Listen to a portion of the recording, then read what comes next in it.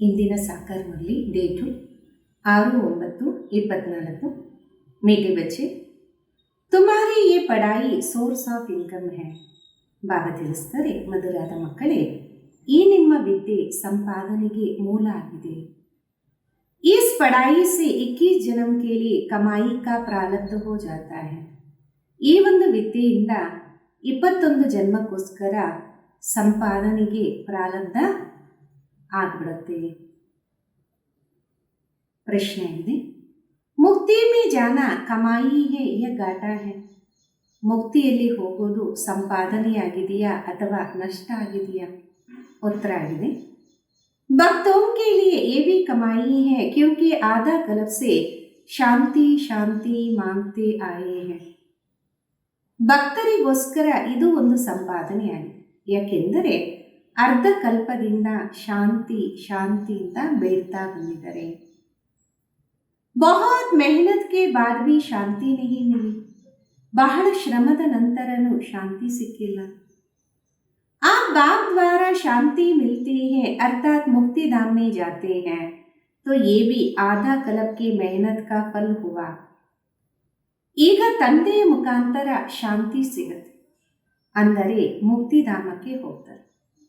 ಇದಾಗಿದೆ ಅರ್ಧ ಕಲ್ಪಕ್ಕೋಸ್ಕರ ಶ್ರಮದ ಫಲ ಆಯ್ತಲ್ಲ।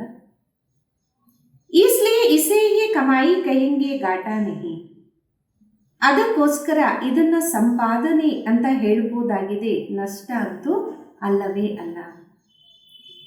तुम बच्चे तो जीवन मुक्ति में जाने का पुरुषार्थ करते, तुम्हारे बुद्धि में अभी सारे वर्ल्ड की हिस्ट्री ಜಾಗ್ರಫಿ ನಾಚ್। ನೀವು ಮಕ್ಕಳು ಜೀವನ್ ಮುಕ್ತಿಯಲ್ಲಿ ಹೋಗುವಂತಹ ಪುರುಷಾರ್ಥವನ್ನ ಮಾಡ್ತಿದ್ದೀರಿ, ನಿಮ್ಮ ಬುದ್ಧಿಯಲ್ಲಿ ಈಗ ಇಡೀ ವಿಶ್ವದ ಚರಿತ್ರೆ ಭೂಗೋಳ ನೃತ್ಯ ಮಾಡ್ತಾ ಇದೆ। ओम शांति। मीठे मीठे रूहानी बच्चों को रूहानी बाबा ने ये तो समझाया है कि रूह ही सब कुछ समझती है। ಮಧುರಾತಿ ಮಧುರ ಆತ್ಮೀಯ ಮಕ್ಕಳಿಗೆ ಆತ್ಮಿಕ ತಂದೆ ತಿಳಿಸಿದರು, ಆತ್ಮನೇ ಎಲ್ಲವನ್ನ ಅರ್ಥ ಮಾಡ್ಕೊಳ್ಳುತ್ತೆ। ಈ समय तुम बच्चों को रूहानी दुनिया में बाबा ले जाते। ಈ ಸಮಯದಲ್ಲಿ ತಮ್ಮ ಮಕ್ಕಳಿಗೆ ಆತ್ಮಿಕ ಪ್ರಪಂಚದಲ್ಲಿ ತಂದೆ ಕರ್ಕೊಂಡು ಹೋಗ್ತಾರೆ। उनको कहा जाता रूहानी दैवी दुनिया, इसको कहा जाता है जिस्मानी दुनिया, मनुष्य की दुनिया। ಅದಕ್ಕೆ ಹೇಳಲಾಗತ್ತೆ ಆತ್ಮಿಕ ದೈವಿ ಪ್ರಪಂಚ ಅಂತ, ಇದಕ್ಕೆ ತಿಳಿಸಲಾಗತ್ತೆ ದೈಹಿಕ ಪ್ರಪಂಚ, ಮನುಷ್ಯರ ಪ್ರಪಂಚ। बच्चे समझते हैं दैवी दुनिया थी, वो दैवी मनुष्यों की पवित्र दुनिया थी। ಮಕ್ಕಳಿಗೆ ಅರ್ಥ ಆಗಿದೆ ದೈವಿ ಪ್ರಪಂಚ ಇತ್ತು, ಆ ದೈವಿ ಮನುಷ್ಯರ ಪವಿತ್ರ ಪ್ರಪಂಚ ಇತ್ತು। अभी मनुष्य अपवित्र है, इसलिए उन देवताओं का गायन पूजन करते हैं। ಈಗ ಮನುಷ್ಯರು ಅಪವಿತ್ರರಾಗಿದ್ದಾರೆ, ಅದಕ್ಕೋಸ್ಕರ ಆ ದೇವತೆಗಳ ಗಾಯನ ಪೂಜನೆಯನ್ನ ಮಾಡುತ್ತಾರೆ। ये स्मृति है कि बरोबर पहले जाड़ में एक ही धर्म होगा, विराट रूप में जाड़ पर भी समझाना है। ಇದು ಸ್ಮೃತಿ ಇದ್ದೇ ಖಂಡಿತವಾಗಿ ಮೊಟ್ಟ ಮೊದಲು ವೃಕ್ಷದಲ್ಲಿ ಒಂದೇ ಧರ್ಮ ಇತ್ತು, ವಿರಾಟ ರೂಪದ ವೃಕ್ಷದ ಮೇಲೇನು ತಿಳಿಸ್ಕೊಡ್ಬೇಕಾಗಿದೆ। इस जाड़ का बीज रूप ऊपर में है, जाड़ का बीज बाप है, फिर जैसा बीज वैसा फल अर्थात पत्ते निकलते, ये भी वंडर है। ಈ ವೃಕ್ಷದ ಬೀಜ ರೂಪ ಮೇಲೆ ಇದೆ, ವೃಕ್ಷದ ಬೀಜ ತಂದೆ ಆಗಿದ್ದರೆ ಯಾವ ರೀತಿ ಬೀಜ ಅದೇ ರೀತಿ ಫಲ, ಅಂದರೆ ಎಲೆಗಳು ಬರ್ತಾ ಇರುತ್ತೆ। ಇದು ಒಂದು ಆಶ್ಚರ್ಯ। कितनी छोटी चीज कितना फल देती, कितना उनका रूप बदलता जाता। ಎಷ್ಟು ಸಣ್ಣದಾದಂತಹ ವಸ್ತು ಎಷ್ಟು ಫಲವನ್ನ ನೀಡುತ್ತೆ, ಎಷ್ಟೊಂದು ಅದರ ರೂಪ ಪರಿವರ್ತನೆ ಆಗ್ತಾ ಇರುತ್ತೆ। इस मनुष्य रूपी झाड़ को कोई नहीं जानता, इसको कहा जाता कल्पवृक्ष, इसका बस गीता में ही वर्णन है। ಈ ಮನುಷ್ಯ ಸೃಷ್ಟಿ ಎನ್ನುವ ವೃಕ್ಷದ ಬಗ್ಗೆ ಯಾರೂ ತಿಳ್ಕೊಂಡಿಲ್ಲ, ಇದಕ್ಕೆ ಹೇಳಲಾಗತ್ತೆ ಕಲ್ಪವೃಕ್ಷ। ಇದರ ಬಗ್ಗೆ ಗೀತೆಯಲ್ಲಿ ವರ್ಣನೆಯನ್ನ ಮಾಡಿದ್ದಾರೆ. सब जानते हैं गीता ही नंबर 1 धर्मशास्त्र है, धर्म भी नंबरवार होते हैं. ಎಲ್ಲರಿಗೂ ಗೊತ್ತು ಗೀತೆನೇ ನಂಬರ್ 1 ಧರ್ಮಶಾಸ್ತ್ರ ಆಗಿದೆ. ಧರ್ಮನು ನಂಬರ್ವಾರ್ ಇರುತ್ತಲ್ಲ. कैसे नंबरवार धर्म की स्थापना होती ये भी सिर्फ तुम ही समझते हो और कोई में भी ये ज्ञान होता नहीं. ಯಾವ ರೀತಿ ನಂಬರ್ವಾರ್ ಧರ್ಮ ಸ್ಥಾಪನೆ ಆಗತ್ತೆ ಇದೆಲ್ಲ ತಮಗೆ ಗೊತ್ತಿದೆ, ಮತ್ತಾರಿಗೂ ಇದರ ಜ್ಞಾನ ಇರೋದೇ ಇಲ್ಲ. तुम्हारी बुद्धि में है पहले पहले किस धर्म का झाड़ होता, फिर उसमें और धर्म की वृद्धि कैसे होती. ನಿಮ್ಮ ಬುದ್ಧಿಯಲ್ಲಿದೆ ಮೊಟ್ಟ ಮೊದಲು ಯಾವ ಧರ್ಮದ ವೃಕ್ಷ ಇರುತ್ತೆ, ನಂತರ ಅದರಲ್ಲೂ ಧರ್ಮದ ವೃದ್ಧಿ ಯಾವ ರೀತಿ ಆಗ್ತಾ ಇರುತ್ತೆ. इसको कहा जाता विराट नाटक बच्चों की बुद्धि में सारा झाड़ है. ಇದಕ್ಕೆ ತಿಳಿಸಲಾಗುತ್ತೆ ವಿರಾಟ ನಾಟಕ ಅಂತ. ಮಕ್ಕಳ ಬುದ್ಧಿಯಲ್ಲಿ ಇಡೀ ವೃಕ್ಷ ಇದೆಯಲ್ಲ. झाड़ की उत्पत्ति कैसे होती है, मुख्य बात ये है देवी देवताओं का झाड़ अभी नहीं है और सब टाल टालिया है. ವೃಕ್ಷದ ಉತ್ಪತ್ತಿ ಯಾವ ರೀತಿ ಆಗತ್ತೆ, ಮುಖ್ಯವಾದ ಮಾತಾಗಿದೆ. ದೇವಿ ದೇವತೆಗಳ ವೃಕ್ಷ ಈಗಂತೂ ಇಲ್ಲ, ಮತ್ತೆ ಅದರ ರೆಂಬೆ ಕೆಂಬೆಗಳು ನಿಂತಿದೆ. बाकी आदि सनातन देवी देवता धर्म का फाउंडेशन है नहीं. ये भी गायन है, एक आदि सनातन देवी देवता धर्म की स्थापना करते, बाकी और सब धर्म विनाश हो जाता है. बाकी आदि सनातन देवी देवता ಧರ್ಮದ ಫೌಂಡೇಶನ್ ಇದೆ. ಇದನ್ನು ಗಾಯನ ಮಾಡಲಾಗತ್ತೆ. ಒಂದು ಆದಿ ಸನಾತನ ದೇವಿ ದೇವತಾ ಧರ್ಮದ ಸ್ಥಾಪನೆ ಆಗತ್ತೆ, ಮತ್ತೆಲ್ಲದರ ಅಂದರೆ ಎಲ್ಲ ಧರ್ಮದ ವಿನಾಶ ಆಗತ್ತೆ.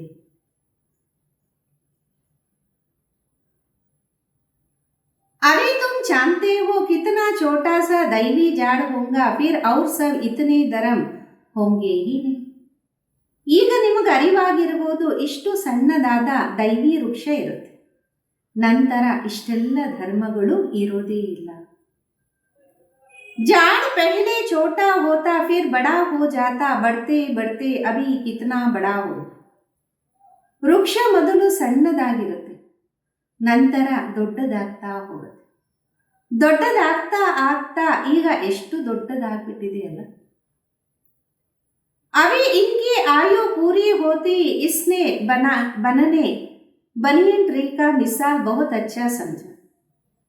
ಈಗಂತೂ ಇದರ ಆಯುಷ್ಯು ಪೂರ್ತಿಯಾಗಿದೆ.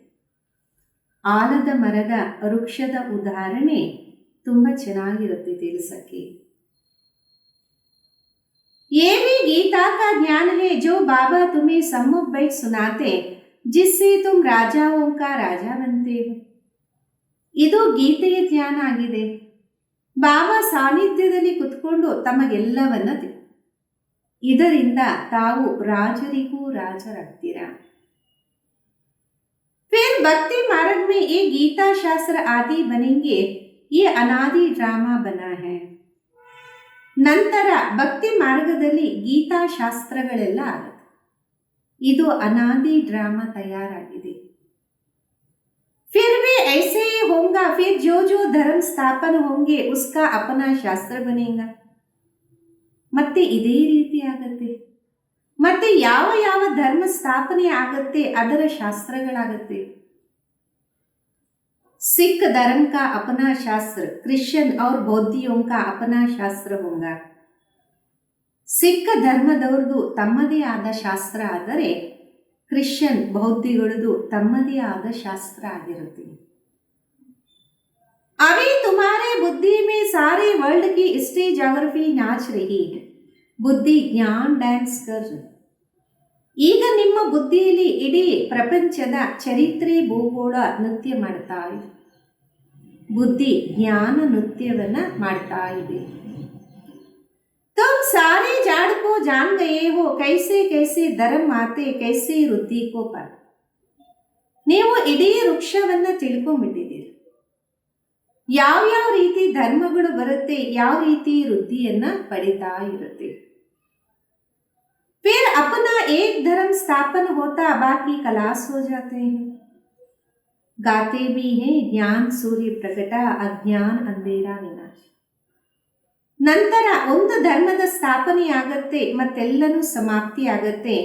ಗಾಯನ ಇದೆ, ಜ್ಞಾನ ಸೂರ್ಯ ಪ್ರಕಟ ಆದಾಗ ಅಜ್ಞಾನ ಅಂಧಕಾರ ವಿನಾಶ ಆಯಿತು. अभी बिल्कुल अंधेरा है, कितने ढेर मनुष्य, फिर ये इतने सब होंगे ही नहीं. ಈಗಂತೂ ಬಿಲ್ಕುಲ್ ಅಂಧಕಾರ ಆಗಿದೆ. ಎಷ್ಟೊಂದು ಜನ ಮನುಷ್ಯರಿದ್ದಾರೆ, ನಂತರ ಇವರೆಲ್ಲ ಇರೋದೇ ಇಲ್ಲ. इन लक्ष्मी नारायण के राज्य में ये थे नहीं, फिर एक धर्म स्थापन होना ही है. ಈ ಲಕ್ಷ್ಮೀ ನಾರಾಯಣ ರಾಜ್ಯದಲ್ಲಿ ಇವರು ಇರಲೇ ಇರಲಿಲ್ಲ, ನಂತರ ಒಂದು ಧರ್ಮದ ಸ್ಥಾಪನೆ ಆಗುತ್ತೆ. ये नॉलेज बाबा ही आकर सुनाते, तुम बच्चे कमाई के लिए कितनी नॉलेज आकर पढ़ते. ಈ ಜ್ಞಾನ ಬಾಬಾನೇ ಬಂದು ತಿಳಿಸ್ತಾರೆ. ತಾವು ಮಕ್ಕಳು ಸಂಪಾದನೆಗೋಸ್ಕರ ಎಷ್ಟೊಂದು ಜ್ಞಾನವನ್ನ ಬಂದು ಓದ್ತಿದ್ದೀರಲ್ಲ. बाप टीचर बनकर आते हैं तो आधा कल्प तुम्हारी कमाई का प्रारब्ध हो जाता. ತಂದೆ ಟೀಚರ್ ಆಗಿ ಬಂದಾಗ ತಮಗೋಸ್ಕರ ಅರ್ಧ ಕಲ್ಪ ಸಂಪಾದನೆಯ ಪ್ರಾರಬ್ಧ ಆಗ್ಬಿಡುತ್ತೆ. तुम बहुत धनवान बन जाते हो, तुम जानते हो अभी हम पढ़ रहे हैं, ये है अविनाशी ज्ञान रत्नों की पढ़ाई. ತಾವು ಬಹಳಷ್ಟು ಧನವಂತರಾಗ್ಬಿಡ್ತೀವಿ. ತಮಗೆ ಗೊತ್ತಿದೆ, ಈಗ ನಾವು ಓದ್ತಾ ಇದ್ದೀವಿ, ಇದಾಗಿದೆ ಅವಿನಾಶಿ ಜ್ಞಾನ ರತ್ನಗಳ ಸಂಪಾದನೆ. भक्ति को अविनाशी ज्ञान रत्न नहीं कहेंगे. भक्ति में मनुष्य जो कुछ पढ़ते उनसे घाटा ही होता, रत्न नहीं बनते. ಭಕ್ತಿಗೆ ಅವಿನಾಶಿ ಜ್ಞಾನ ರತ್ನ ಅಂತ ಹೇಳಕ್ಕಾಗಲ್ಲ. ಭಕ್ತಿಯಲ್ಲಿ ಮನುಷ್ಯ ಏನೆಲ್ಲ ಓದ್ತಾನೆ ಅದಕ್ಕೆ ನಷ್ಟ ಅಂತ ಹೇಳಾಗುತ್ತೆ, ರತ್ನ ಆಗೋದೇ ಇಲ್ಲ.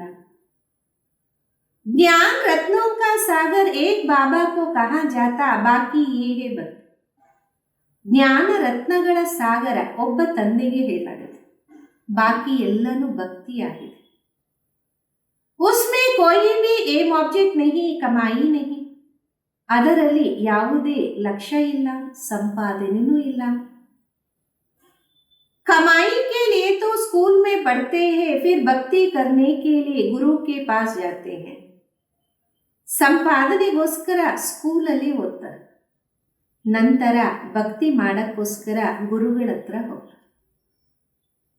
कोई जवानी में गुरु करते, कोई बुढ़ापे में गुरु करते, कोई छोटेपन में ही संन्यास ले लेते. ಕೆಲವರು ಯುವ ಅವಸ್ಥೆಯಲ್ಲಿ ಗುರುವನ್ನ ಮಾಡ್ತಾರೆ, ಕೆಲವರು ವೃದ್ಧ ಅವಸ್ಥೆಯಲ್ಲಿ ಗುರುವನ್ನ ಮಾಡ್ತಾರೆ, ಕೆಲವರಂತೂ ಬಾಲ್ಯದಲ್ಲಿ ಸನ್ಯಾಸತ್ವವನ್ನ ತಗೊಂಡ್ಬಿಡ್ತಾರೆ. कुंभ के मेले पर कितने ढेर आते, सतयुग में तो सब कुछ नहीं होगा. ಕುಂಭ ಮೇಳದಲ್ಲಿ ಎಷ್ಟೊಂದು ಜನ ಬರ್ತಾರೆ, ಸತ್ಯುಗದಲ್ಲಿ ಇವೇನು ಇರಲ್ವಲ್ಲ. तुम बच्चों की स्मृति में सब बातें आ गई, रचयिता रचना के आदि मध्य अंत को तुम जान गए हो. ತಮ್ಮ ಮಕ್ಕಳ ಸ್ಮೃತಿಯಲ್ಲಿ ಎಲ್ಲಾ ಮಾತುಗಳು ಬಂದಿವೆ, ರಚಯಿತ ಮತ್ತು ರಚನೆಯ ಆದಿ ಮಧ್ಯ ಅಂತ್ಯವನ್ನ ತಾವು ತಿಳ್ಕೊಂಡಿದ್ದೀರಾ. उन्होंने तो कलम की आयु ही बड़ा कर दिया, ईश्वर सर्वव्यापी कह दिया. ಅವರಂತೂ ಕಲ್ಪದ ಆಯುಷ್ಯನ್ನ ದೊಡ್ಡದಾಗಿ ಮಾಡಿದರೆ, ಈಶ್ವರನನ್ನ ಸರ್ವವ್ಯಾಪಿ ಎಂದಿದ್ದಾರೆ. ज्ञान का पता नहीं, बाप आकर अज्ञान नींद से सुजा करते हैं. ಜ್ಞಾನದ ಬಗ್ಗೆ ಅರಿವೇ ಇಲ್ಲ, ಬಾಬಾ ಬಂದು ಅಜ್ಞಾನದ ನಿದ್ದೆಯಿಂದ ಜಾಗೃತ ಮಾಡ್ತಾರೆ. अभी तुमको ज्ञान की धारणा होती जाती, बैटरी बढ़ती जाती है. ज्ञान से है कमाई, भक्ति से है घाटा. ಈಗಂತೂ ತಮಗೆ ಜ್ಞಾನದ ಧಾರಣೆ ಆಗ್ತಾ ಹೋಗುತ್ತೆ, ಬ್ಯಾಟ್ರಿ ತುಂಬ್ತಾ ಹೋಗುತ್ತೆ. ಜ್ಞಾನದಿಂದ ಸಂಪಾದನೆ, ಭಕ್ತಿಯಿಂದ ನಷ್ಟ ಆಗುತ್ತೆ. टाइम पर जब घाटे का समय पूरा होता तो फिर बाप आकर कमाई कराने आते. ಸಮಯದಂತೆ ಯಾವಾಗ ನಷ್ಟ ಪರಿಹಾರದ ಸಮಯನೂ ಪೂರ್ತಿಯಾಗತ್ತೆ, ಆಗ ಮತ್ತೆ ಬಾಬಾ ಬಂದು ಸಂಪಾದನೆಯನ್ನ ಮಾಡೋದು ತಿಳಿಸ್ತಾರೆ. ಭಕ್ತಿ ಮೇ ಜಾನಾ ವೋ ಭಿ ಕಮಾಯಿ ಹೈ, ಶಾಂತಿ ಸೋ ಸಬ್ ಮಾಂಗ್ತೆ ಹೈ. ಮುಕ್ತಿಯಲ್ಲಿ ಹೋಗೋದು ಇದು ಒಂದು ಸಂಪಾದನೆಯಾಗಿದೆ. ಶಾಂತಿಯಂತೂ ಎಲ್ಲರೂ ಬೇಡುತ್ತಿರ್ತಾರಲ್ಲ. ಶಾಂತಿ ದೇವ कहने से बुद्धि बाप तरफ चली जाती. ಶಾಂತಿ ದೇವ ಅಂದಾಗ ಬುದ್ಧಿ ತಂದೆಯ ಕಡೆ ಹೋಗುತ್ತೆ. कहते हैं विश्व में शांति हो परंतु वो कैसे होंगी ये किसको पता नहीं ಅಂತಿರ್ತಾರೆ. ವಿಶ್ವದಲ್ಲಿ ಶಾಂತಿ ಇರಲಿ ಅಂತ, ಆದರೆ ಅದು ಯಾವ ರೀತಿ ಆಗತ್ತೆ ಯಾರಿಗೂ ಗೊತ್ತಿಲ್ಲ. शांति धाम सुख धाम अलग होते ये भी नहीं जानते. जो पहला नंबर है उसको भी कुछ पता नहीं. ಶಾಂತಿಧಾಮ ಸುಖಧಾಮ ಬೇರೆ ಇರುತ್ತೆ, ಇದು ಸಹ ಗೊತ್ತಿಲ್ಲ. ಮೊದಲನೇ ನಂಬರ್ ಆಗಿದೆ, ಮೊದಲನೇ ನಂಬರ್ನವ್ರಿಗೂ ಗೊತ್ತಿಲ್ಲ. अभी तुमको सारी नॉलेज है, तुम जानते हो अब इस कर्म क्षेत्र पर ಕರ್ಮ ಕಾ ಪಾಠ ಬಜಾನೆ ಆಯ್. ಈಗ ನಿಮಗೆ ಇಡೀ ಜ್ಞಾನ ಇದೆ, ತಮಗೆ ಅರಿವಾಗಿದೆ ನಾವು ಈ ಕರ್ಮ ಕ್ಷೇತ್ರದಲ್ಲಿ ಕರ್ಮದ ಪಾತ್ರವನ್ನ ಅಭಿನಯ ಮಾಡಕ್ಕೆ ಬಂದಿದೆ. ಕಹಾ ಸೆ ಆಯೇ ಹೇ, ಬ್ರಹ್ಮಲೋಕ್ ಸೆ. ನಿರಾಕಾರಿ ದುನಿಯಾ ಸೆ ಆಯೇ ಹೇ ಇಸ್ ಸಾಕಾರಿ ದುನಿಯಾ ಮೇ ಪಾಠ ಬಜಾನೆ. ಎಲ್ಲಿಂದ ಬಂದಿದ್ದೀವಿ? ಬ್ರಹ್ಮಲೋಕದಿಂದ. ನಿರಾಕಾರಿ ಪ್ರಪಂಚದಿಂದ ಬಂದಿದ್ದೀವಿ, ಈ ಸಾಕಾರಿ ಪ್ರಪಂಚದಲ್ಲಿ ಪಾತ್ರವನ್ನ ಅಭಿನಯ ಮಾಡಕ್ಕೆ. आम आत्मा दूसरी जगह की रहने वाली नहीं है, यहाँ ये 5 तत्व का शरीर रहता. ನಾವು ಆತ್ಮ ಬೇರೆ ಸ್ಥಾನದಲ್ಲಿ ಇರುವಂತವರಲ್ಲ, ಇಲ್ಲಿ 5 ತತ್ವಗಳ ಶರೀರ ಇರುತ್ತೆ. शरीर है तब हम बोल सकते हैं हम चैतन्य पाठधारी हैं. ಶರೀರ ಇದೆ, ಅದಕ್ಕೆ ನಾವು ಮಾತಾಡ್ತೀವಿ, ನಾವು ಚೈತನ್ಯ ಪಾತ್ರಧಾರಿಗಳಾಗಿದ್ದೀವಲ್ಲ. अभी तुम ऐसे नहीं कहेंगे इस ड्रामा के आदि मध्य अंत को हम नहीं जानते, आगे नहीं जानते. ಈಗ ನೀವು ಎಂದೂ ಈ ರೀತಿ ಹೇಳೋದಿಲ್ಲ, ಡ್ರಾಮಾದ ಆದಿ ಮಧ್ಯ ಅಂತ್ಯವನ್ನ ನಾವು ತಿಳಿದಿಲ್ಲ ಅಂತ. ಮೊದಲು ನಮಗೂ ಗೊತ್ತಿರಲಿಲ್ಲ. अपने बाप को, अपने घर को, अपने रूप को यथार्थ ರೀತಿ नहीं जानते. ನಮ್ಮ ತಂದೆಯನ್ನ, ನಮ್ಮ ಮನೆಯನ್ನ, ನಮ್ಮ ರೂಪವನ್ನ ಯಥಾರ್ಥವಾಗಿ ತಿಳ್ಕೊಂಡಿರ್ಲಿಲ್ವಲ್ಲ. अभी जानते हैं आत्मा कैसे पाठ बजाती रहती, स्मृति आई है पहले स्मृति नहीं थी. ಈಗಂತೂ ಅರಿವಾಗಿದೆ ಆತ್ಮ ಯಾವ ರೀತಿ ಪಾತ್ರವನ್ನ ಅಭಿನಯ ಮಾಡುತ್ತೆ. ಸ್ಮೃತಿ ಬಂದಿದೆ, ಮೊದಲು ಸ್ಮೃತಿ ಇರಲಿಲ್ಲ. तुम जानते हो सच्चा बाप ही सच्चा सुनाते, जिससे हम सचखंड के मालिक बन जाते. सच के ऊपर भी सुखमणि में है. ಈಗ ತಮಗೆ ಅರಿವಾಗಿರ್ಬೋದು, ಸತ್ಯವಾದ ತಂದೆ ಸತ್ಯವನ್ನೇ ನುಡಿಸ್ತಾರೆ. ಇದರಿಂದ ನಾವು ಸತ್ಯಖಂಡದ ಮಾಲೀಕರಾಗ್ತೇವೆ. ಸತ್ಯದ ಮೇಲೆ ಸುಖಮಣಿಯಲ್ಲಿ ಬರೆದಿದ್ದಾರೆ. सत्य कहा जाता सचखंड को, देवताएं सब सच बोलने वाले होते. ಸತ್ಯ ಅಂತ ಹೇಳಲಾಗತ್ತೆ ಸತ್ಯಖಂಡಕ್ಕೆ. ದೇವತೆಗಳೆಲ್ಲ ಸತ್ಯವನ್ನೇ ಮಾತಾಡ್ತಾರಲ್ಲ. सच सिखलाने वाला बाप, उनकी महिमा देखो कितनी है.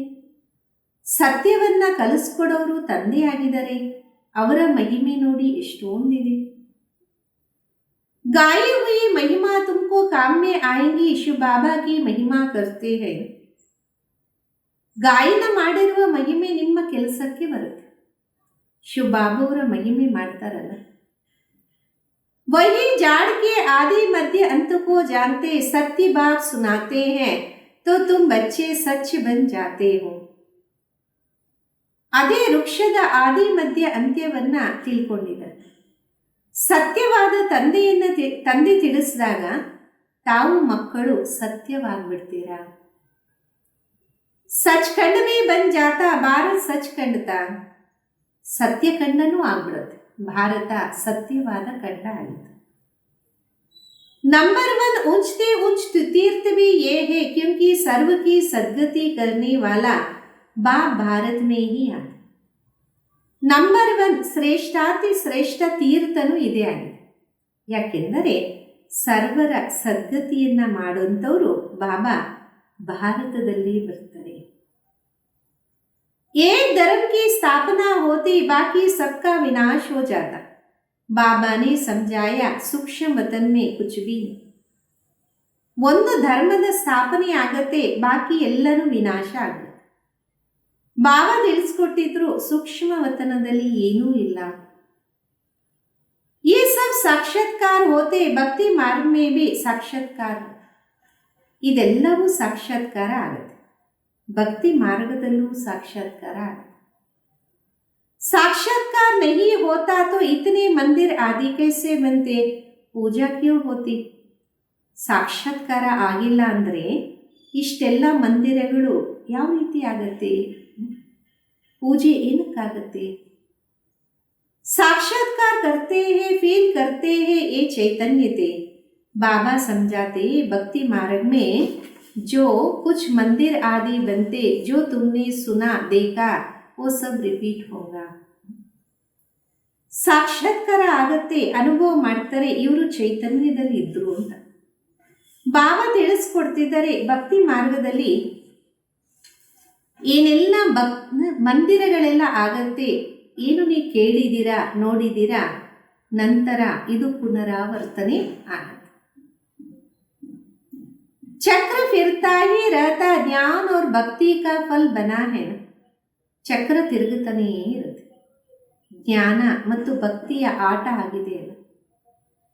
ಹಮೇಶಾ कहते ज्ञान भक्ति वैराग्य परंतु डिटेल कुछ नहीं जाने. ಸದಾ ಅಂತಿರ್ತಾರೆ ಜ್ಞಾನ ಭಕ್ತಿ ವೈರಾಗ್ಯ, ಆದರೆ ಡೀಟೇಲ್ ಏನೂ ಇಲ್ಲ. बाप भाई समझाते ज्ञान है दिन भक्ति है रात वैराग्य है रात. ಬಾಬಾ ಕುತ್ಕೊಂಡು ತಿಳಿಸ್ತಾರೆ ಜ್ಞಾನ ದಿನ ಆಗಿದೆ, ಭಕ್ತಿ ರಾತ್ರಿ ಆಗಿದೆ, ವೈರಾಗ್ಯ ರಾತ್ರಿ ಆಗಿದೆ. फिर दिन होता भक्ति में है दुख इसलिए उसका वैराग्य है. ಮತ್ತೆ ಹಗಲಾಗತ್ತೆ, ಭಕ್ತಿಯಲ್ಲಿದೆ ದುಃಖ, ಅದಕ್ಕೆ ಅದರ ವೈರಾಗ್ಯ ಇದೆ. सुख का तो वैराग्य नहीं कहेंगे, सन्यासी आदि भी दुख के कारण लेते, समझते हैं पवित्रता में सुख है इसलिए स्त्री को त्याग कर चले जाए. ಸುಖದಲ್ಲಿ ವೈರಾಗ್ಯ ಇರೋದಕ್ಕೆ ಸಾಧ್ಯ ಇಲ್ಲ. ಸನ್ಯಾಸಿಗಳು ದುಃಖದ ಕಾರಣ ಸನ್ಯಾಸತ್ವವನ್ನು ಪಡಿತಾರೆ, ಅನ್ಕೊಂತಾರೆ ಪವಿತ್ರತೆಯಲ್ಲಿ ಸುಖ ಇದೆ, ಅದಕ್ಕೆ ಸ್ತ್ರೀಯನ್ನ ತ್ಯಾಗ ಮಾಡಿ ಹೋಗ್ತಾರೆ. आजकल तो धनवान में बन गए हैं क्योंकि संपत्ति बिगड़ तो सुख मिल ना सके. ಈ ನಡುವೆ ಅಂತೂ ಅವರು ಧನವಂತರಾಗ್ಬಿಟ್ಟಿದ್ದಾರೆ, ಯಾಕೆಂದರೆ ಸಂಪತ್ತಿಲ್ಲದೆ ಸುಖ ಸಿಗಕ್ಕೆ ಸಾಧ್ಯನೇ ಇಲ್ಲ. माया वार कर जंगल से फिर शहर में ले आती है. विवेकानंद और रामकृष्ण भी 2 बड़े सन्यासी होकर गए हैं. ಮಾಯಿ ಯುದ್ಧ ಮಾಡಿ ಕಾಡಿನಿಂದ ಊರಿನ ಕಡೆ ಕರ್ಕೊಂಡೋಗ್ತಾರೆ. ವಿವೇಕಾನಂದ ರಾಮಕೃಷ್ಣ ಇಬ್ಬರು ದೊಡ್ಡ ಸನ್ಯಾಸಿಗಳು ಇದ್ದು ಹೋದ್ರಲ್ಲ. सन्यास की ताकत राम कृष्ण में भी थी, बाकी भक्ति का समझाना करना वो विवेकानंद का था. ಸನ್ಯಾಸಿಯ ತಾಕತ್ತು ರಾಮಕೃಷ್ಣನಲ್ಲಿ ಇತ್ತು, ಬಾಕಿ ಭಕ್ತಿಯ ತಿಳುವಳಿಕೆಯನ್ನು ನೀಡುವಂಥದ್ದು ಇದು ವಿವೇಕಾನಂದರಲ್ಲಿ ಇತ್ತು. दोनों के पुस्तक जब लिखते हैं तो एकाग्रचित्त होकर बैठ लिखते हैं. ಇಬ್ಬರದು ಪುಸ್ತಕ ಇದೆ. ಪುಸ್ತಕವನ್ನು ಬರೆಯುವಾಗ ಏಕಾಗ್ರಚಿತ್ತರಾಗಿ ಕುತ್ಕೊಂಡು ಬರೀತಾರೆ. रामकृष्ण जब अपनी बायोग्राफी बैठ लिखते थे तो शिष्य को भी कहा तुम जाकर दूर बैठो. ರಾಮಕೃಷ್ಣರು ಯಾವಾಗ ತನ್ನ ಜೀವನ ಚರಿತ್ರೆಯನ್ನು ಬರೀತಿದ್ರು, ಆವಾಗ ತನ್ನ ಶಿಷ್ಯರಿಗೂ ಹೇಳಿದ್ರು, ತಾವು ದೂರ ಹೋಗಿ ಕುತ್ಕೊಳ್ಳಿ. ತಾ ಬಹುತ್ ತೀಖಾ ಕಡಾ ಸನ್ಯಾಸಿ ನಾಮ್ ಭಿ ಬಹುತ್ ಹೈ, ಬಾಪ್ ಐಸೆ ನಹಿ ಕೇತೆ ಸ್ತ್ರೀ ಕೋ ಮಾ ಕಹೋ. ಬಹಳ ತೀಕ್ಷ್ಣವಾದ ಸನ್ಯಾಸಿಯಾಗಿದ್ರು, ಹೆಸರು ಬಹಳ ಪ್ರಸಿದ್ಧಿಯಾಗಿತ್ತು. ಬಾಬಾ ಈ ರೀತಿ ಎಂದೂ ಹೇಳಲ್ಲ, ಸ್ತ್ರೀಯನ್ನ ತಾಯಿ ಅಂತ ಹೇಳಿ. ಬಾಪ್ ತೋ ಕೇಳ್ತೆ ಉನ್ಕೋ ಭಿ ಆತ್ಮ ಸಮझे, ಆತ್ಮಾಯಿ ತೋ ಸಬ್ ಬಾಯಿ ಬಾಯಿ ಹೇನ. ಬಾಬಾ ಅಂತಾರೆ, ಅವರನ್ನು ಆತ್ಮ ಅಂತ ತಿಳ್ಕೊಳ್ಳಿ, ಆತ್ಮಗಳೆಲ್ಲ ಸಹೋದರ ಸಹೋದರರಾಗಿದ್ದಾರಲ್ಲ.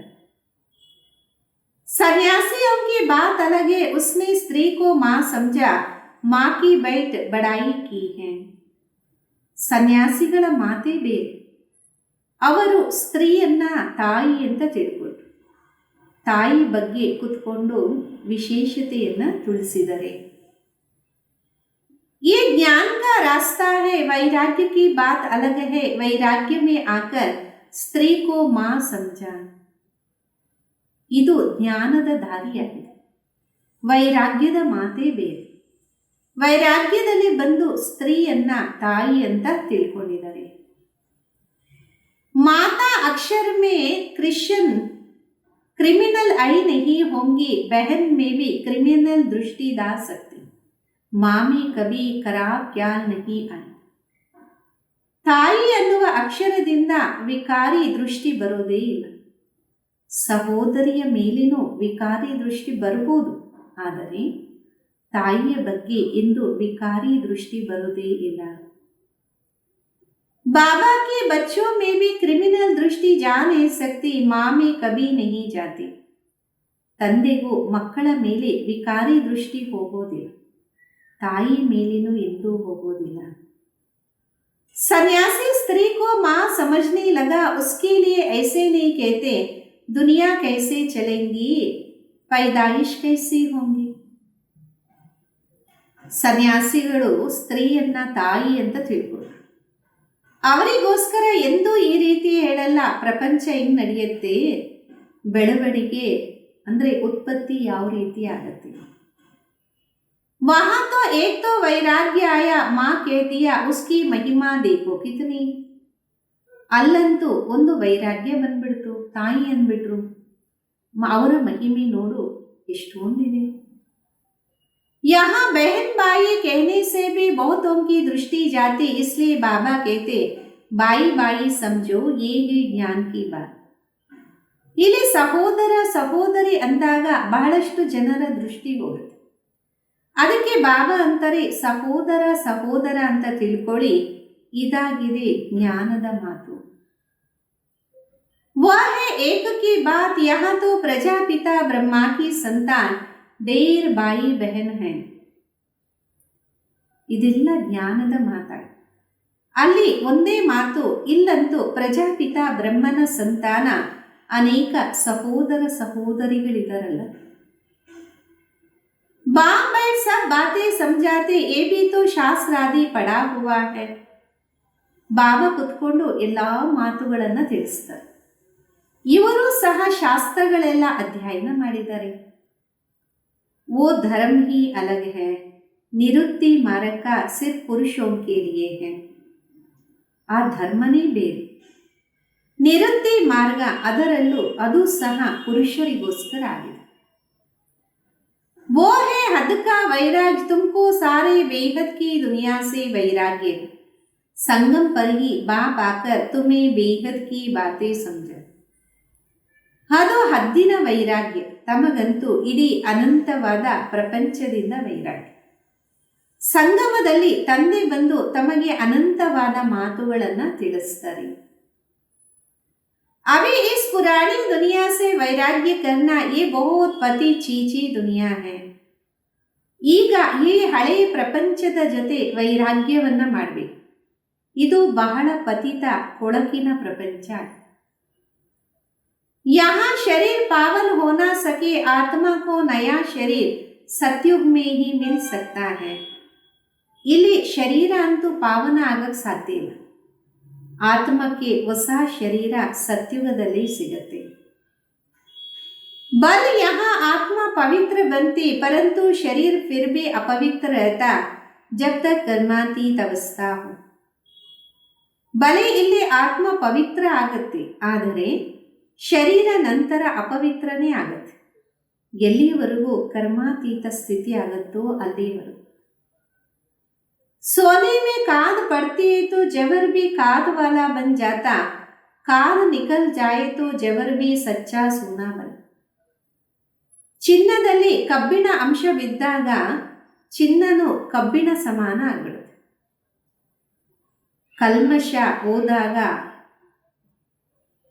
ಆಗ ಒಡವೆಗಳು ಸತ್ಯ ಆಗತ್ತಲ್ಲ. इन लक्ष्मी नारायण के आत्मा और शरीर दोनों सतो प्रधान है, तुम्हारी आत्मा और शरीर दोनों ही तमो प्रधान काले है. ಈ ಲಕ್ಷ್ಮೀ ನಾರಾಯಣರ ಆತ್ಮ ಮತ್ತು ದೇಹ ಎರಡೂ ಸತೋ ಪ್ರಧಾನ ಆಗಿದೆ. ನಿಮ್ಮ ಆತ್ಮ ಮತ್ತು ಶರೀರ ಎರಡೂ ತಮೋ ಪ್ರಧಾನ ಕಪ್ಪಗಾಗಿದೆ. आत्मा काम चिता पर बैठ काली बन गई, बाबा कहते फिर हम आकर सावरे गोरा बनाते. ಆತ್ಮ ಕಾಮಚಿತೆಯ ಮೇಲೆ ಕುತ್ಕೊಂಡು ಕಪ್ಪಗಾಗಿದೆ. ಬಾಬಾ ಅಂತಾರೆ ಮತ್ತೆ ನಾನು ಬಂದು ಕಪ್ಪಿಂದ ಬೆಳ್ಳಿಗೆ ಮಾಡ್ತೀನಿ. ये ज्ञान की सारी बातें है, बाकी पानी आदि की बात है नहीं. ಇದು ಜ್ಞಾನದ ಮಾತುಗಳಾಗಿದೆ, ಬಾಕಿ ನೀರಿನ ಮಾತಂತೂ ಅಲ್ಲ. सब काम चिता पर बैठ पतित बन पड़े, इसलिए राखी बंधवाई जाती कि पावन बनने की प्रतिज्ञा कर. ಎಲ್ಲರೂ ಕಾಮಚಿತೆಯ ಮೇಲೆ ಕುತ್ಕೊಂಡು ಪತಿತರಾಗ್ಬಿಟ್ಟಿದ್ದಾರೆ. ಅದಕ್ಕೆ ರಾಖಿಯನ್ನ ಕಟ್ಟಲಾಗತ್ತೆ, ಪಾವನರಾಗುವ ಪ್ರತಿಜ್ಞೆಯನ್ನ ಮಾಡಿ. बाबा कहते हम आत्माओं से बातें करते, मैं आत्माओं का बाप हूँ जिसको तुम याद करते हो.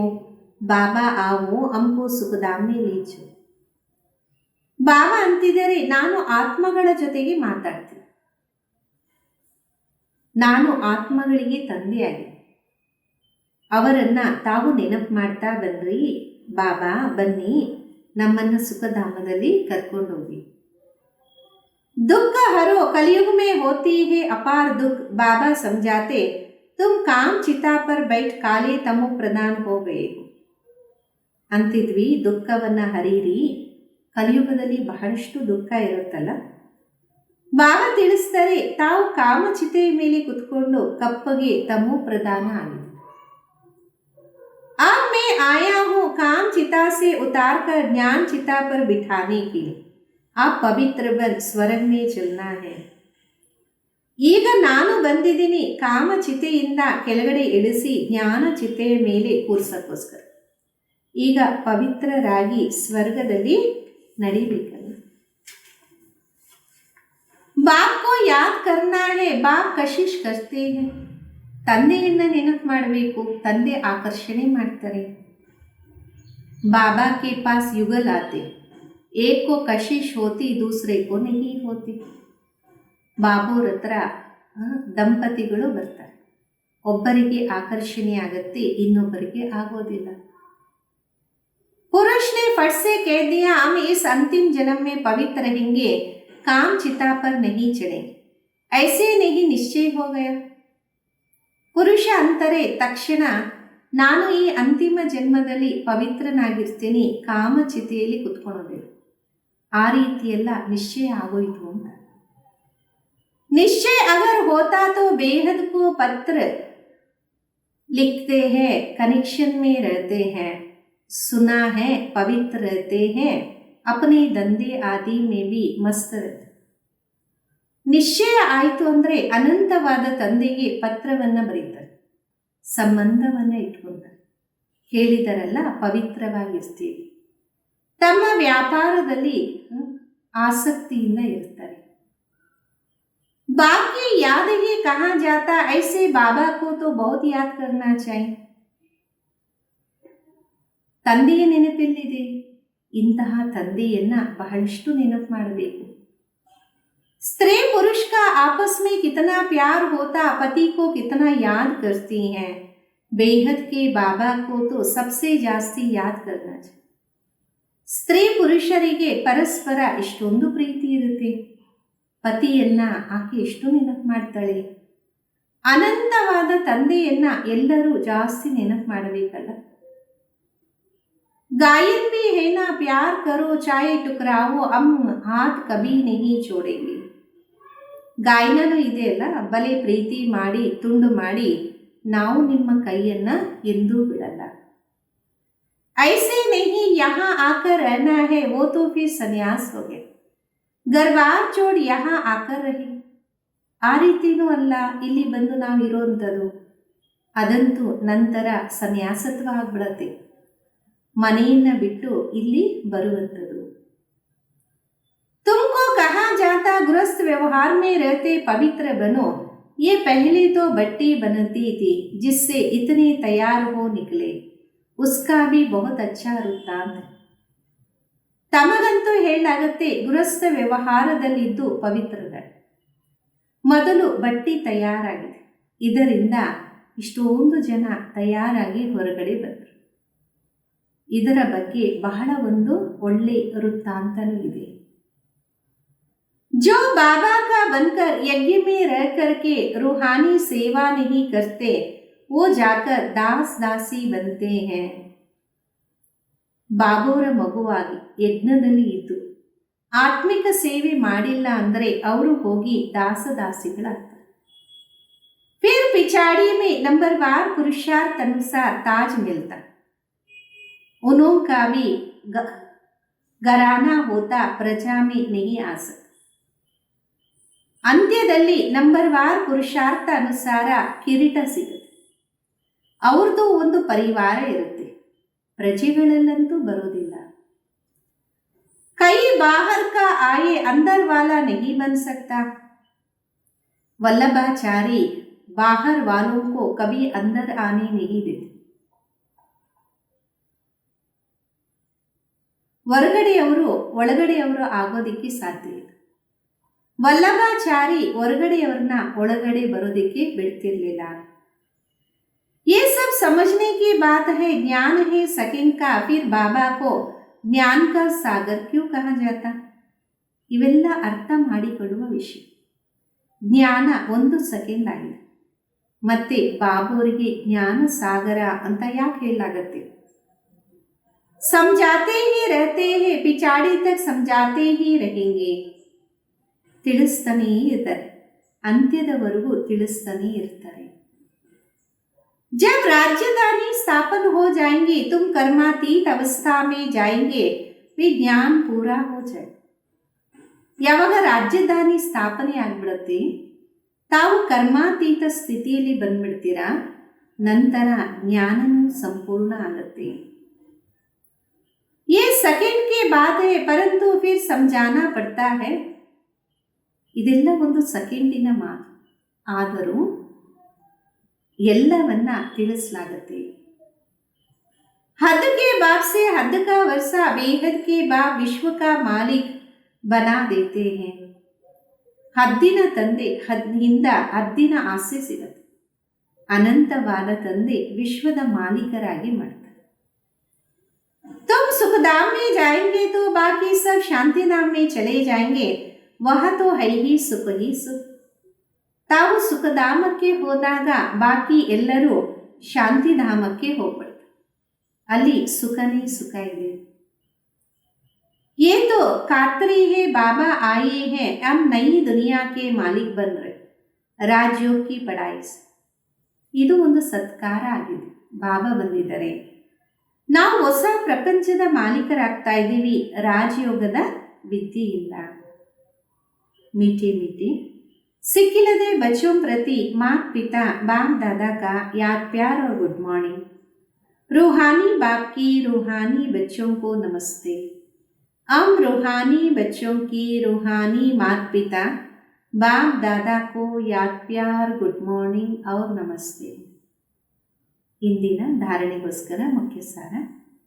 इस पति चीची दुनिया से बेहद का वैराग्य रख आत्मा को पावन बनाने का पूरा पूरा पुरुषार्थ करना है.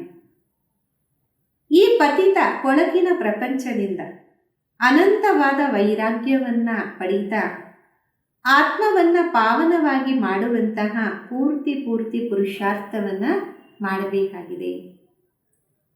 ಏಕ್ ಬಾಪ್ ಕಿ ಹಿ ಕಶಿಶ್ ಮೇ ಹೈನ, ಒಬ್ಬ ತಂದೆಯ ಆಕರ್ಷಣೆಯಲ್ಲಿ ಇರಬೇಕು. ಎರಡನೇದು, ज्ञान की धारणा से अपनी बैटरी भरनी है, ज्ञान रत्नों से स्वयं को धनवान बना.